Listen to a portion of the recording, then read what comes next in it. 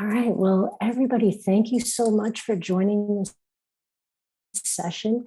And we'll have some time for some discussion about many of the topics that were touched on today. So I just wanted to introduce myself. I'm Laura Baykosh. I am a researcher. I was a business executive. I co-founded an organization called Inner Explorer. We'll touch on that a little bit today as well. But the key thing that I wanted to share with everybody is that I couldn't be more excited about what is happening in the world. And I couldn't be more grateful for Fetzer and for the collaboration and for some of the giants that were mentioned earlier that have gone before us and are still moving the needle, Mark Greenberg and Rob Rozier and Linda Lantieri, and there's a long list of folks who have really paved the way for this field of bringing this deepening of humanity into schools and into classrooms. And we will touch on the idea of languaging, because I think that is a really important aspect, and we have some experience on the negative side of getting hit with a lawsuit actually about languaging. So it couldn't be more important as we try to expand this work nationally and internationally. So I came to mindfulness myself about 30 years ago now, and Lisa Grady, who's on the line with us today, was my very first teacher. She was an early pioneer in this field as well. Back in, I don't want to date you, Lisa, but back in the early 90s, she was teaching mindfulness to adults across Southern California. She was one of the first folks that was approved by Blue Cross as a provider in this space. So really kind of amazing background. But I came to it because I was just totally stressed out. And I think about how sort of cute that sounds now. In the 90s, I was stressed. Like, think about the amount of stress that people are feeling today. I mean, it was nothing compared to what we're all experiencing in the world right now. But I was seeking something to help ease my anxiety, my sleeplessness, my self-destructive habits, and learned about mindfulness. But really, the most important thing that I learned was that it was a practice that you needed to do pretty regularly, daily or nearly so, for it to be sort of useful, effective, impactful. And I think that when I brought it to GE where I worked, and Lisa was the one that did that training, it was transformative for the team. But what we heard every single time from the team at GE and from a variety of people that they touched was they wished they had learned these things as children. Right. I mean, and I think probably all of us that are doing any work in school in this arena are hearing the same thing from the educators and from the family members and the caregivers, because these tools and these skills are so incredibly powerful for life. And when you think about the ability to change a trajectory of a life, right, from one to despair to one of hope, from one of disconnectedness to connectedness, you realize that the smallest changes early in life can have just a very profound impact. So I'm going to share a few slides with you all, and we'll have some discussion as we go.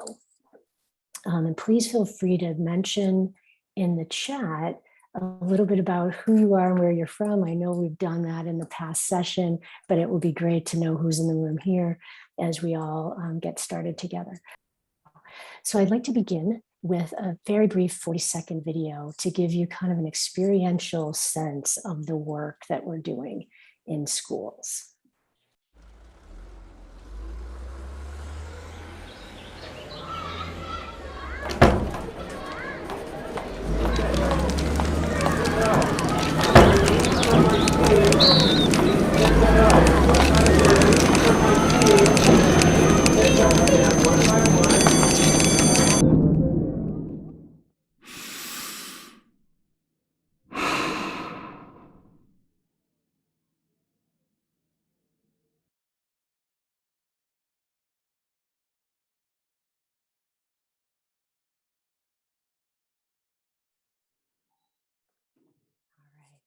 So that is basically what we're trying to bring into the world, is the opportunity for children to have some moments of quiet some moments of reflection, some moments of deepening into their own sense of who and what they are.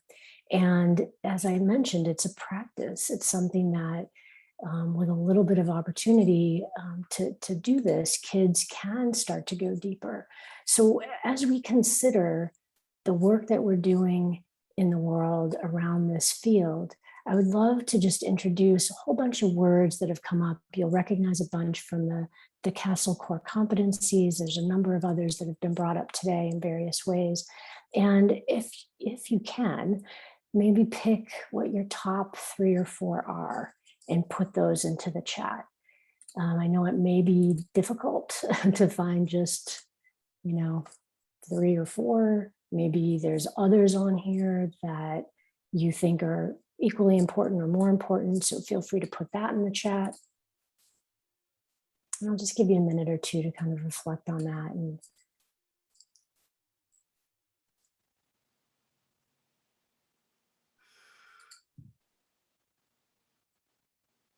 we'll see what we come up with.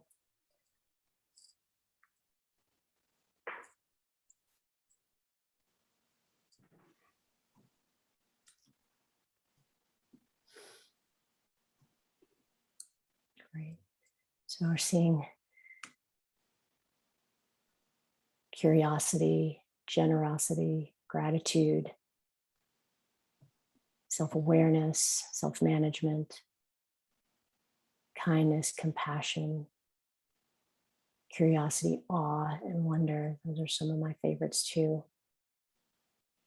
Self-awareness, self-management, curiosity, compassion, empathy, gratitude.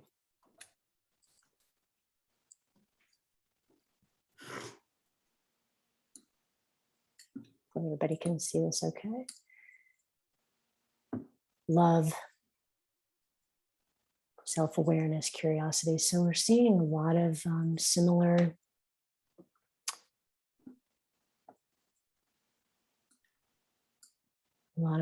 things from the group. Now notice one thing that we don't have, and I'm getting some messages that we're not seeing the top of the slides here. Okay, let me ask the question. Can you guys all see my slides at this point? Mm-hmm. Okay, great. All right, so notice that there's something that we're not seeing on this list, which is the word spirituality, certainly not religion. And I'd love to just get your thoughts. I mentioned in my introduction that 2 years ago, we were the subject of a lawsuit from the ACLJ. One parent in a school in Colorado was taking exception to mindfulness and was, sort of fighting with the school district about our program. And the ACLJ got involved and created quite a ruckus. So it was sort of a year of a lot of resources for the school and for us to kind of help them understand that this was not religion and that it was part of our human capacity to attend. And, it opened our eyes quite a bit to the point that I think was made on the earlier session, Mark and others made, that the languaging is really, really important. So I would just love to, feel free to jump in and make some comments about either your experience or your thoughts on either side of that, that situation.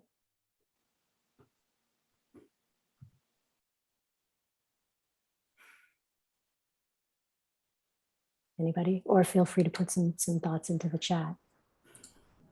Hi, my name's Cameron. I have a few thoughts on that. I'll tell you, I'm not always the most comfortable with the word spirituality myself, but it feels like a privilege to be here today with all of you, learning from you all. Sometimes I certainly feel a little slow and language can be difficult. So when it comes to matters of the law and trying to do what's right and proper, I personally struggle a bit with language. So just wanted to put that out there. Thank you so much for sharing that. And it is a big topic. So I'd love to hear what some other folks are seeing. I just want to share. I just need to say something about the hypocrisy of it all. You know, where you have school districts that talk about, and this is public schools, that talk about church and state and not using anything about spirituality, but yet you can walk down the hall and you can hear an announcement and you hear someone say, bless you, have a blessed day, or God, you know, just the religious words that you would hear traditionally in churches. I just, the hypocrisy of it all is annoying. I'll just leave it there. It is. I 100% agree. And it's crazy that we have to be so precise with language to not inflame. But, you know, when we look around in our culture right now, it's not surprising, right? People are beating each other up over masks in school committee meetings. So, you know, we're in a really interesting place right now. Yeah, I would say my experience has been somewhat amplified.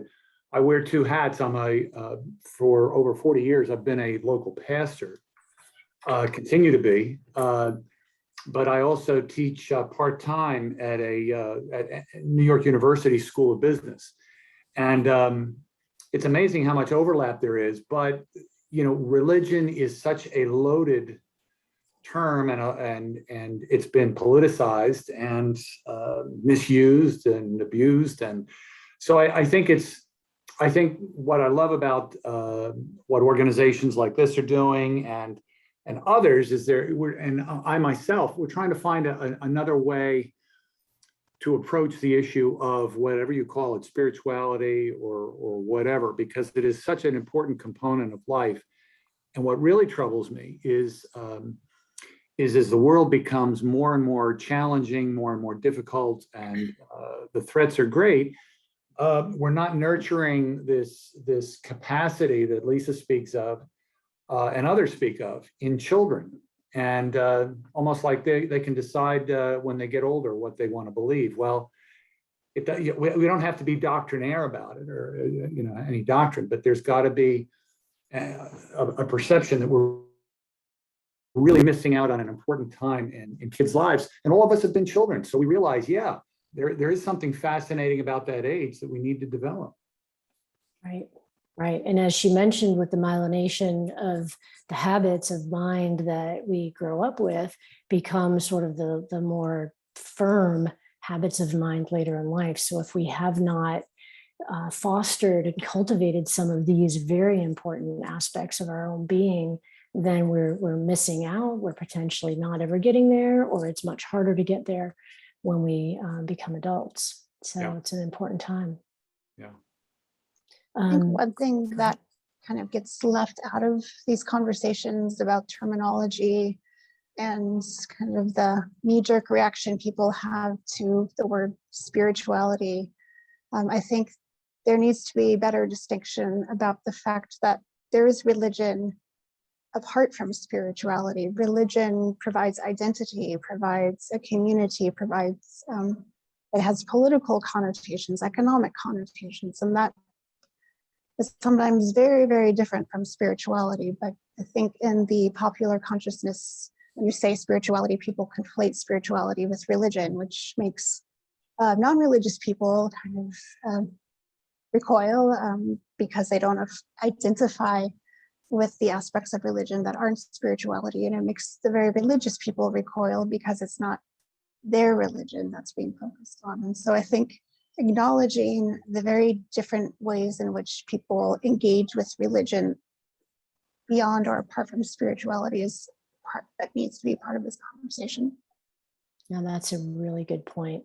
And I don't think we in the school, sort of in the public school arena, have figured out how to do that yet. So I think you're right that requires much more thought and much more, I think, collaboration. I just wanted to say that, Cameron, I heard you. I know we all did. but I think it's important what you said to acknowledge, because number one, it was brave to say it. And so I appreciate it and I thank you for it. And I think it also opens my lens a little bit more, because as we work with kids, how are they going to feel and how are they going to know the difference and how are they going to trust? So I thought you raised a good point. So thank you. Thank you. Yeah, thanks for saying it. And all of you, I really do. I feel lucky to have educators around me, because I'll tell you, I grew up going to public schools and it did feel quite confusing, being told what everyone else believed, and the language being used seemed like it was hard to make sense of. And growing up in that environment and learning to take responsibility for my own beliefs, sometimes I feel like I'm a bit of a slow learner. So I appreciate your patience and being here with all of you. So thank you. Thank you so much. Are there any other comments about? Hello, hi. This is Rama Devi. I'm a pediatrician, and so I totally agree that I'm very passionate about introducing this spiritual values into the school system, and it is really, really, really important. Not only for the children, for the future generation as well, especially the young adults. They are going to be the parents soon. The decisions what they make in their between the ages of 15 and 25, that's going to impact lifelong, not only just for them, their partners, and the children to be born to them as well. So this is a very, very, very important topic we have to address. But the challenges are, as a pediatrician, obviously I cannot talk about like God or any particular religion when they come in, but the way how I address is the values they can carry on. We are all born with that one value that is just the basic human values of love and peace. So which is very important. So that kind of leads the path to spirituality. Any kind of agitated mind, they're absolutely not able to find the spiritual component, which is the core of essence of every human being itself. So now we are creating a generation of like agitation, anxiety, and it really pains me in my heart that I treat children 5 and 6 year old with ADHD medication. Just it's not their fault. It's just a societal fault. So that's why I'm so passionate that we have to get somewhere with this. I introduce these programs into the school system. Even in the medical perspective, health is not just the physical and mental health. It is a spiritual well-being as well. So that is a third component. If we are missing that one leg, we're all not healthy at all. So until the spiritual component is fulfilled, we cannot have a healthy society. Yeah, thank you. Thank you so much. That is a perfect segue to our next section as we go a little bit deeper, because you're absolutely right. When we look at this list and we think about how beautiful these qualities are, some of the counter of these qualities is existing in the world all around us today, with children struggling in younger and younger ages. We heard at the start of the session with Shoanne sharing a number of different stats on things like anxiety and depression and suicide, and Dr. Miller shared some information as well. So let's actually move into the next part of this, which is a thought experiment. So I would love to invite you to join a little bit of an exercise here, and you can participate with your eyes open or closed. And as we consider the earlier sessions that we heard, as well as some of the topics that we're just starting to talk about, I would love to have you just consider for a moment, and maybe eyes closed or looking downward can help. But, imagine if every single child, from preschool all the way through high school and even college, but if every single child, every single educator And even every single family had the opportunity to practice being still, right? In our crazy busy world, to be just still for a few moments and being able to breathe, right? Just breathing in and out, sensing into what it feels like to be human in this present moment. Perhaps practicing gratitude periodically in their practice with, stillness. Maybe just bringing to thought what is best about their current life, what is wonderful about their relationships. Maybe a few minutes every day to just be a little more calm, a little more grounded, a little more hopeful. And as you consider what it's like in your family, maybe your own personal life, in your classroom if you're a teacher or an educator, in your community. So as people become more compassionate, less dysregulated, less violent, more willing to be creative and collaborative, what does that look like? Do we begin to solve some of the seemingly intractable problems that we've been struggling with for decades, like homelessness and poverty, and some of the ecological situations, the social justice and equity situations? Do we finally have an opportunity to come together and solve some of those things, or at least make some progress in some of those areas? And as you breathe a few more deep breaths in and out, maybe for just another minute or so, give some thought to what the world looks like in a sentence or two. What does your world look like when this is the standard in our communities? These skills and these attributes are present in most people, in the majority of people.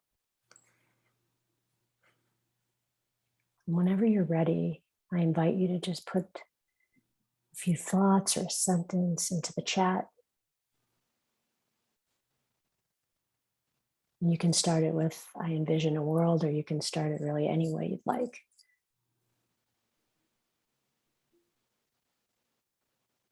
So we have our first response, greater peace and harmony. I like how that sounds.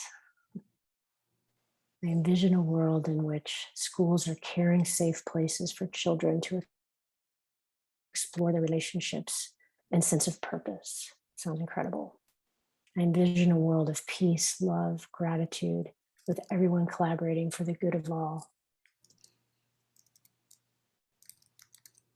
That's the place I want to live. Right? I envision a world of love and peace and truth. And as we read these and we say these out loud, feel what it feels like to really imagine this place, to embody this place. And it does bring to mind the song Imagine. I was actually thinking quite a bit about that song recently because that's several decades old. So we've been at this for a long, long time, just like we've been trying to solve poverty and homelessness and violence and a bunch of other things. Like we've been at this. And I think it was Shoan that said in the last session that it really is time. It's time to make a change. There are so many things. That's why I'm so excited. There are so many things that are in place right now that it does feel like a tipping point. There's engagement. There's all kinds of foundation that's been that's been already put into place. There is certainly a growing need with the things that are happening in our culture and our communities. So I imagine a world, or envision a world, where peace is the norm and the headline for the nightly news. Yes. I envision a more peaceful, connected world where people can co-create and collaborate, and everyone has the opportunity to reach their highest potential. I envision a world that would feel like safety. Yeah, for a lot of children, that's not the case. It makes me think of something the Dalai Lama said: if we taught every child meditation, there would be no more war, no more fighting. Yes, yes. So I'd love to move into kind of the next section, which is more the practical section of what do we do from here and how do we bring this forth together. So I have a few more slides that hopefully you'll be able to see. Okay. Thumbs up if you can see the slides. Okay, looks good. All right. So one of the things that I just wanted to point out, you know, that Inner Explorer, the organization I co-founded, and as I started our talk today, I've been practicing mindfulness for nearly 30 years. I do it almost every day. So let's say on average 5 to 6 times, because there's no perfection. There is perfection in my lack of perfection, I guess. So, but here's the fact. The fact is that mindfulness as a regular practice is foundational for every single thing on this list. Every single one, and a lot more, tons of health ones as well, you know, lack of reductions in anxiety and suicide ideation and addiction. And you could look up mindfulness and blank, pick a topic, and you will find a number of published studies on that topic. So the information, there's more than 1,000 research studies that are published every single year in this field. You've read about it, I'm sure, because it is quite popular. But what most people don't fully understand is that it is a practice. So there's lots of ways to be mindful, and we're going to talk about some of those. But think of it like teeth brushing is to dental health, mindfulness is to mental health. You do it a little bit every day, and it's protective against the stressors in our environment, and it helps to optimize how the brain is basically working. There's lots of research that I'm going to highlight in one second. So how do I know? As I said, tons of research. And if anybody's interested in digging into the research, I'm really happy to share. We usually are paying quite a bit of attention to anything related to neuroscience, anything related to learning theory, obviously anything in academics, you know, that are done in K-12 or preschool to high school classrooms. So we have a ton of this stuff just readily available and summarized. So happy to share that. So we are talking about this in the frame because, as I said, the social emotional learning field, CASEL in particular, has been doing this work for 30 years incredibly well. And that is why there's such momentum now. Most schools understand that social and emotional competence matters greatly for school success. So based on all of CASEL's work, they have brought this up in a way to the federal and state government so that in lots of school districts, they do SEL as a regular thing, which is amazing. So what we're talking about here is some additional focus on mindfulness within the SEL space. So just to give a definition of mindfulness for those of you that aren't fully familiar, it's a practice of bringing attention to the present moment that's open, curious, and non-reactive.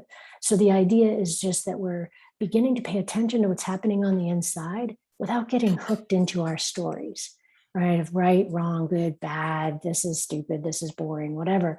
We're going to have lots of thoughts. We all have 10,000 or more thoughts a day, but the key is that we don't always get hooked into them and that we just sort of notice. And that noticing of our habits of mind is a skill.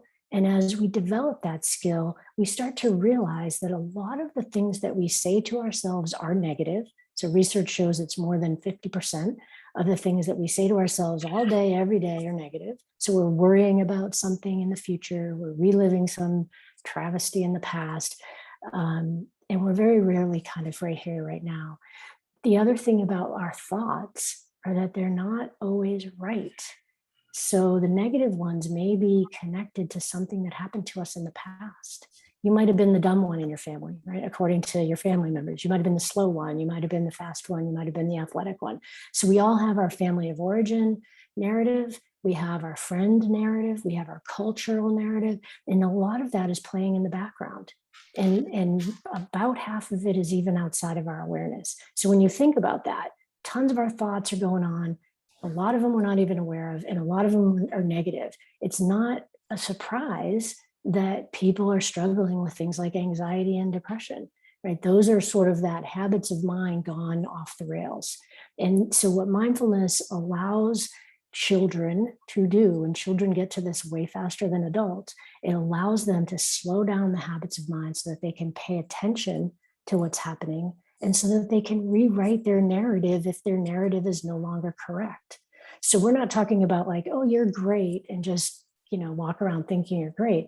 But when kids start to practice in this way, they start to understand their own greatness. And so when that little chompy voice comes on in their head and it says you're a loser or nobody likes you or whatever that is, then the child from within can question that narrative and can start to rewrite. And that is why in the mindfulness space, there's a ton written about addiction and suicide ideation and how these practices literally shift and transform those children. And so somebody said earlier, this is something that every kid in every classroom ought to be doing, and it is, because these are transformative practices for them as they're developing in this way. So, sorry, I'm having such a hard time moving this along. So I just wanted to touch really quickly on the neuroscience of stress, because again, a lot of people don't fully understand how these things all link. And I really didn't until I started studying it. So chronic stress is what we've all been living in for 2 years plus, some of us maybe more, right? The pandemic, chronic stress, racial unrest, political divisiveness, you name it. All of these things that are going on are underneath, right? It's not the kind of stress that's like, oh, you crashed your car stress that sort of bubbles up and then goes away. This is kind of underneath, you just get used to it. But it's wreaking havoc on our brains and our bodies. When we talk to educators, they are popping off faster than they ever have. Like they're triggered, right? They are not able to think clearly. And a lot of us are struggling with the same things. So here's the thing, and I explain it this way, and I borrowed this from somebody else, but the hand model of the brain is the best way to really think about what's happening. So when there's a stress environment, and it doesn't have to even be a real stress, it can be like I'm worried about something and I'm just freaking out. There's 3 parts of this kind of basic brain model. There's the brain stem, which is my wrist. There's the limbic system, which is tucked in my thumb, deep in the brain structure. This is the fight or flight system, and the cortex or the cortical structure. And the very front is the prefrontal cortex. And all educators know this, it's the part implicated for learning. So when the brain is triggered, the limbic system is aroused for a threat, and it goes into this fight or freeze mode. We get a bunch of different chemicals start rushing through our body. We start getting ready for fight or flight. And what happens to the prefrontal cortex? It goes literally offline. So in functional MRI studies, it's proven, and lots of studies have replicated this. When this is upregulated or highly active, the prefrontal cortex is downregulated, inactive. So when you say to a child, what were you thinking? After they threw something across the room, they a lot of times don't know what they were thinking because they weren't thinking. So you can teach them all you want about these great skills and behaviors, but if they are triggered, that information is inaccessible, right? So we have to help them find a way to kind of get back to neutral. So prefrontal cortex flips. And as Lisa pointed out, if you're in an environment where you're going like that all the time, you're stressed and you're flipping, you're stressed and you're flipping, guess what happens during adolescence? This gets strengthened because this is used the most. So your fight or flight systems get strengthened and your prefrontal cortex gets pruned. That's part of the process that the brain goes through in development. And so this gets myelinated, right? Which means it's faster and stronger. And so then we get kids that are all the way through high school that can't even focus on school. So they just drop out. right? Or they are undereducated and then having a hard time getting a job. So like we say, biology before behavior, right? Because when this is happening all the time, it takes longer and longer for the prefrontal cortex to come back online. So the good news is that counter to what I just described as the really bad news is that mindfulness has been shown to undo all of these things that lots of toxic stress is doing. So it reduces stress. We are not as triggered by events when we practice mindfulness. So this isn't just when you're sitting and your eyes are closed. This is all the time. So again, neuroscientific research shows the limbic system is less active, right? So that's good, right? We're not going to be as stressed. We're not going to be as triggered by stress. It also slows down and starts to bring our focus to these habits of mind. Like, what are we telling ourselves? How are we viewing the situation? And is it accurate? The other thing that it does is it increases activity in the prefrontal cortex. So again, not just when you're practicing mindfulness, but it's cumulative. So when you do this a little bit every day, it's to counteract stress and to reactivate the parts of the brain that you really care about. And then the third thing that is, I feel like one of the most critical things is it builds resiliency. So there's a psychological definition of resiliency, and then there's a biological definition. So from a biological standpoint, resiliency is the time that it takes from when the prefrontal cortex flips to when it comes back to neutral. Like, that's the biological definition of resilience. And so mindfulness has been shown to speed up the time. So we know in our world, we're still going to be stressed sometimes, right? That's just going to happen. But if we're practicing in these ways, we're going to be less stressed less often. And when we do get stressed, we're going to come back to a neutral sort of thinking state more quickly, which again is incredibly useful in the world we live in today.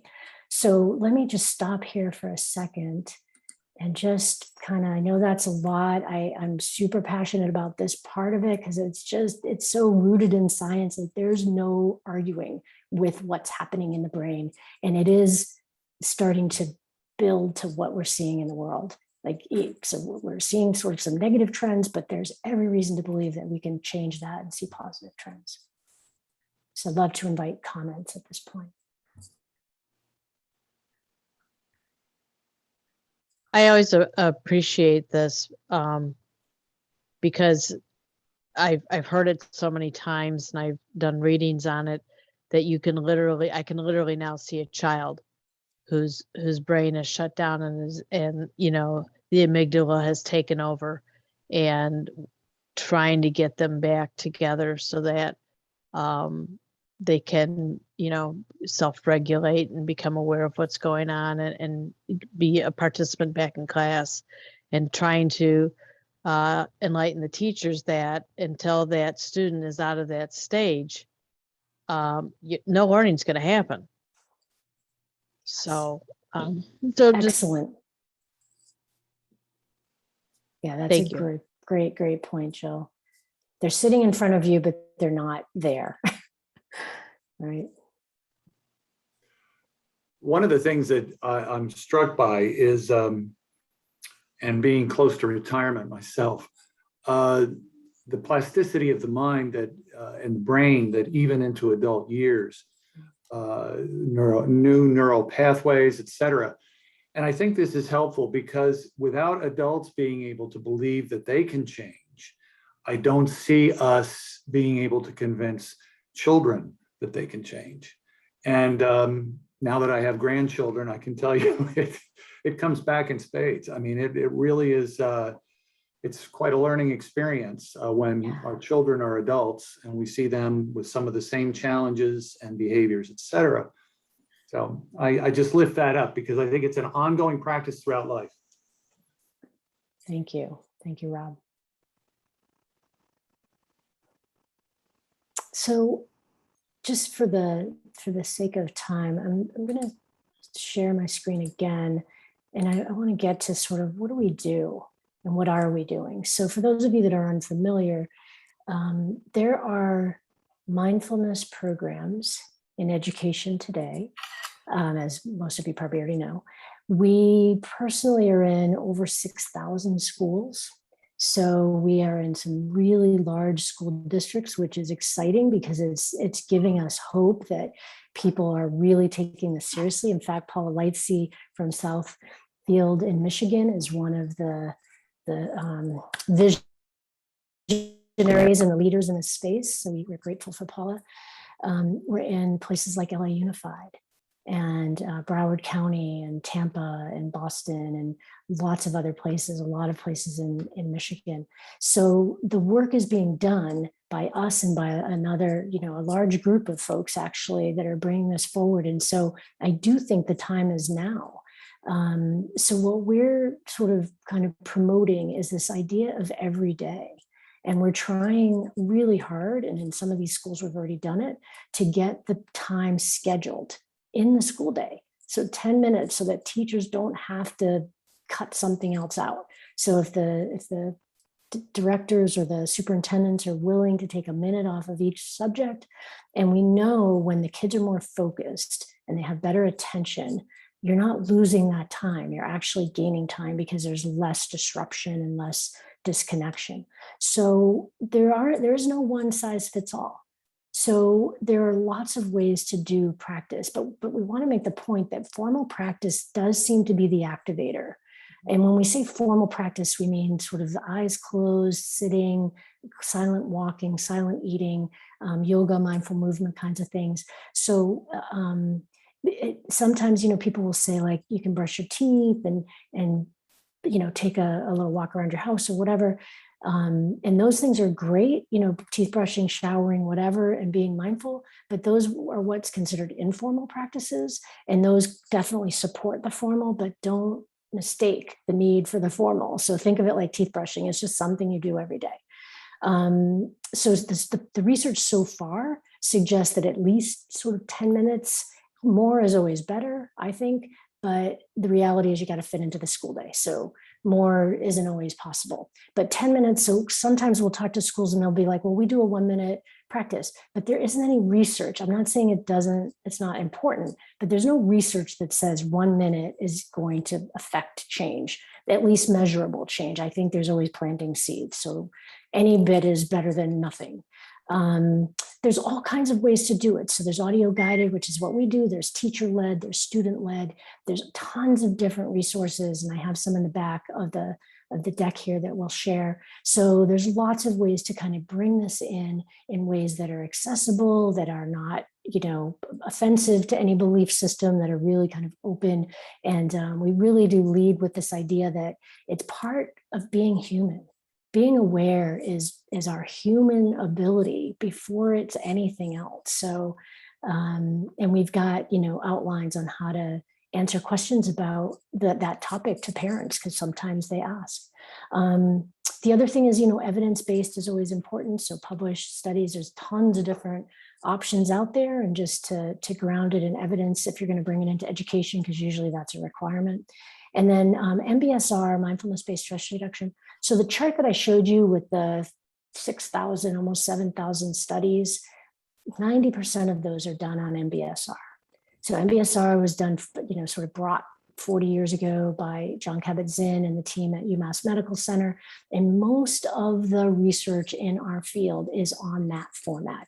And the format really begins with very concrete and tactical practices, and it moves to more abstract practices. We don't start out saying to kids, hey, notice your thoughts, right? And you're 5 years old or 8 years old.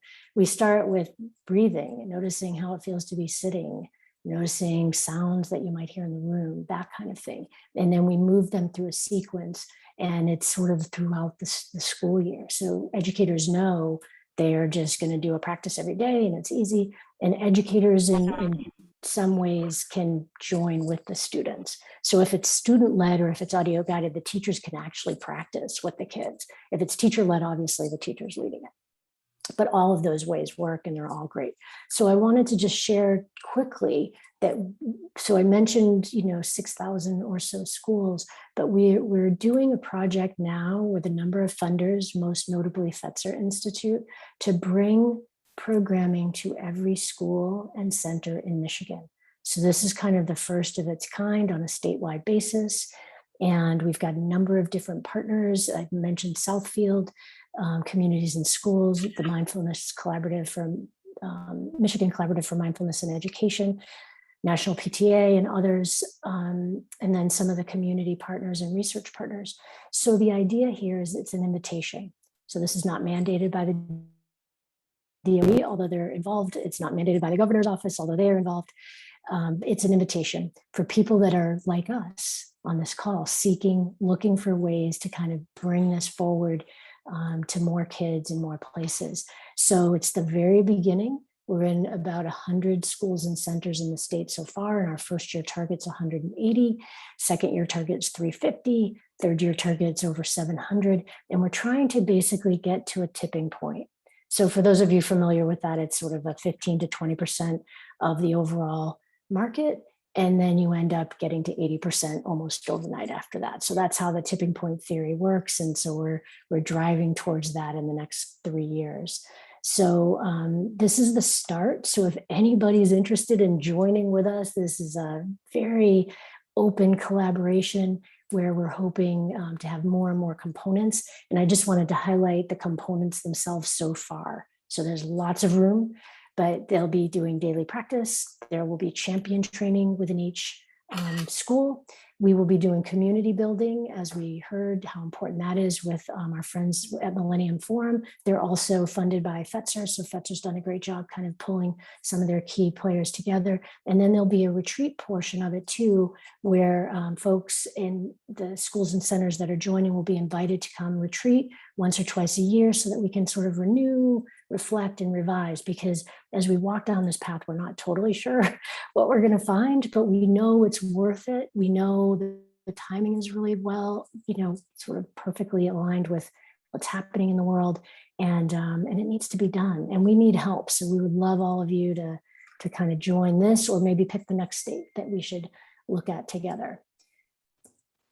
So after hearing that, and we have about 6 minutes left, I would love to know what insights you have about doing this more broadly, doing it in schools in general. What concerns, what inspirations, even things that might be roadblocks?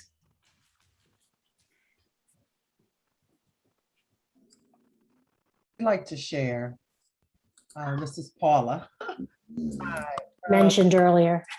Yes, it has been, while it's a climb up the ladder, it has been so insightful to listen to students remind the teachers, oh, we have to do Inner Explorer. And even if they don't have a name for it, oh, we got to do that meditation thing, or we got to sit quietly. And so it's building. Is it difficult to mandate that every teacher in every building does it? Yes, it is. But we know one teacher at a time, one kid at a time, one administrator at a time, and one central office person at a time. It is so worth it when the kids are impacted and the adults. So just a little commercial. Thank you so much, Paula.